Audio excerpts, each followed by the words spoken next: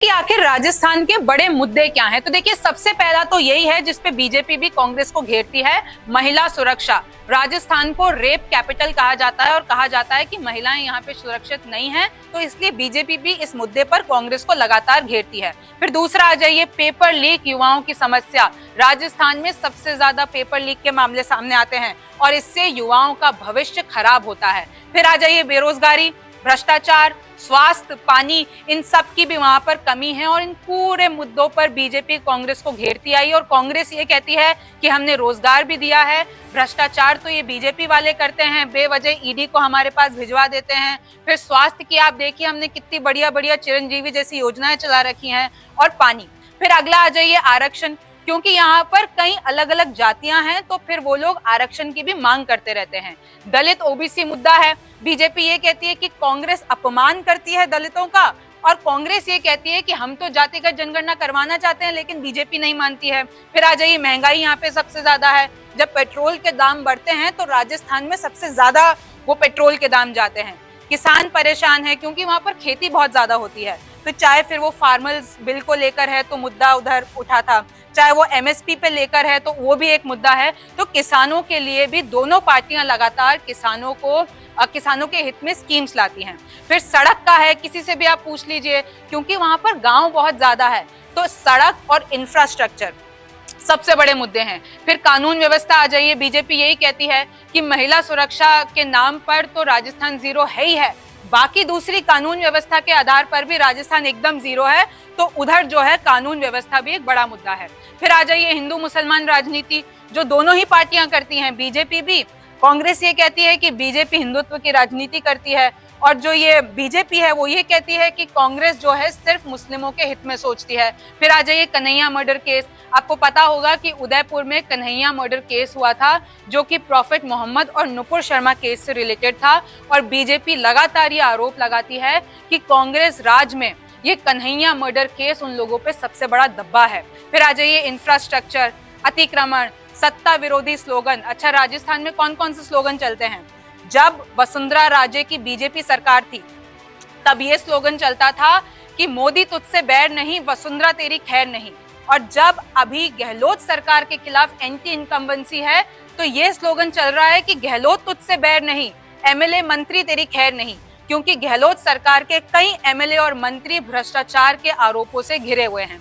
फिर आप आ जाइए आला कमान और राज्य में झगड़ा, और ये दोनों ही पार्टियों में है, बीजेपी में भी है और कांग्रेस में भी है। कांग्रेस में देखिए तो ये क्योंकि सचिन पायलट गुट और अशोक गहलोत गुट आपस में लड़ता रहता है तो आला कमान को भी इंटरवीन करना पड़ता है। और अगर बीजेपी के लिहाज से देखें तो इस बार जब सीटों का बंटवारा भी हो रहा था तो ये कहा जा रहा था कि उसमें केंद्र की भूमिका ज्यादा है, केंद्र के लोग ज्यादा प्रचार कर रहे हैं, राज्य के जो नेताओं हैं उनको इग्नोर किया गया है केंद्र सरकार की तरफ से, तो इनके आपस में ये जो है लड़ाइयां चलती रहती हैं। अच्छा, रेवड़ियां मुफ्त की बांटी जाती हैं, चाहे वो लैपटॉप हो, चाहे वो स्कूटी हो, चाहे वो कुछ भी हो, तो ये कहा जाता है चाहे वो महिलाओं को पैसे देने हो तो वो मुफ्त की रेवड़ियां जो हैं वो कांग्रेस भी बांटती है और बीजेपी भी बांटती है। अब अगला आ जाइए शिक्षा, गांव, खाना, पिछड़ी सोच। शिक्षा के मामले में भी कहा जाता है कि राजस्थान में बहुत काम होना है क्योंकि लिटरेसी रेट वहां पर बहुत कम है, क्योंकि वहां पर गांव कूचे ज्यादा हैं तो ये और ज्यादा महत्वपूर्ण बन जाता है। खाने के मामले में देखें तो इनफैक्ट कांग्रेस भी इंदिरा रसोई वहां पे चलाती है। पिछड़ी सोच में इसलिए कह रही हूँ क्योंकि आपने कई ऐसी परंपराएं सुनी होगी, जौहर की परंपरा, बाल विवाह की परंपरा, क्योंकि एजुकेशन की कमी है तो ये सारी जो पिछड़ी सोच है उनसे निपटना बहुत ज्यादा मुश्किल बन जाता है किसी भी सरकार के लिए। पर्यटन, यहाँ पर सबसे ज्यादा टूरिस्ट आते हैं, आपने देखा होगा, चाहे फिर वो फोर्ट्स हो, चाहे वो कोई नेशनल पार्क हो, यहाँ पर सबसे ज्यादा पर्यटन और उनकी व्यवस्था कायम रहे, ये किसी भी प्रशासन को ये जो है उनके लिए एक बड़ी जिम्मेदारी बन जाती है। उद्योग, क्योंकि वहां पर कई जो कल्चरल फॉर्म्स हैं कहा जाता है कि अब वो धीरे धीरे खत्म हो रहे हैं क्योंकि उनको सही से जो है इंडस्ट्रियल एक्सपीरियंस नहीं मिल रहा है, लेकिन कई ऐसे एफर्ट्स किए गए हैं जो उद्योग के मामले में राजस्थान को आगे लेके जा रहे हैं। अब राम मंदिर, लोग कई कह रहे हैं कि इस बार जो ये राम मंदिर वाला मुद्दा है वो बीजेपी के पक्ष में जाता हुआ दिख रहा है, क्योंकि आपको पता है जल्द ही राम मंदिर का उद्घाटन होने वाला है और ये जो हिंदुत्व राजनीति है वो बीजेपी के लिए आगे जा सकती है। संस्कृति को बचाना, संस्कृति के काम, क्योंकि वहाँ की संस्कृति आप देखेंगे, क्योंकि इतने टूरिस्ट आते हैं, तो उसको बचा के रखना, कानून व्यवस्था को सही करना, ये राजस्थान के बड़े मुद्दे हैं।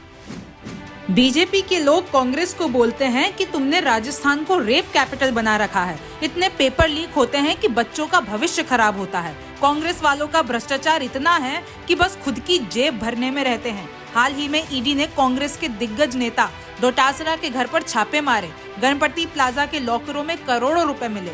लाल डायरी में गहलोत के भ्रष्टाचार के सबूत छिपे हुए हैं। कांग्रेस के खिलाफ सत्ता विरोधी लहर है। ये लोग दलितों का अपमान करते हैं, बस मुस्लिमों के हित की सोचते हैं और राजनीति करते हैं। इनके राज में सरेआम कन्हैया मर्डर केस हो जाता है। इनके खुद के बड़े नेता अशोक गहलोत और पायलट आपस में लड़ते रहते हैं, एक दूसरे के खिलाफ विरोध करते हैं कि आला कमान को सिचुएशन संभालने आना पड़ता है।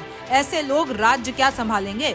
5 सालों में राजस्थान और ज्यादा बीमारू राज्य बना दिया है कांग्रेस वालों ने, और अब जनता बदलाव चाहती है। फिर कांग्रेस इसके पलटवार में बीजेपी को ये कहती है कि बीजेपी तो भ्रष्टाचार की बात ना ही करे। ईडी और सीबीआई मोदी जी के मित्र हैं और चुनावों से पहले ये लोग बेवजह विपक्ष के नेताओं पर छापे पड़वाते हैं। जब देखो हिंदू मुस्लिम की राजनीति करते हैं। हमें क्या बोलेंगे ये लोग? बीजेपी के अंदर ही कलह है, सबको पता है। 1-2 नहीं, यहाँ पर 7 से लेकर 8 अलग अलग गुट हैं।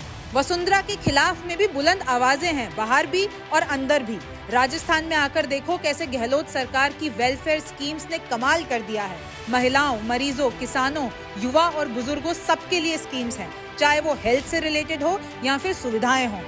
जाति जनगणना और ओल्ड पेंशन स्कीम के खिलाफ है बीजेपी, पर ये दोनों कांग्रेस की गारंटी है। कांग्रेस की 7 गारंटियों के आगे बीजेपी का मैनिफेस्टो फेल है।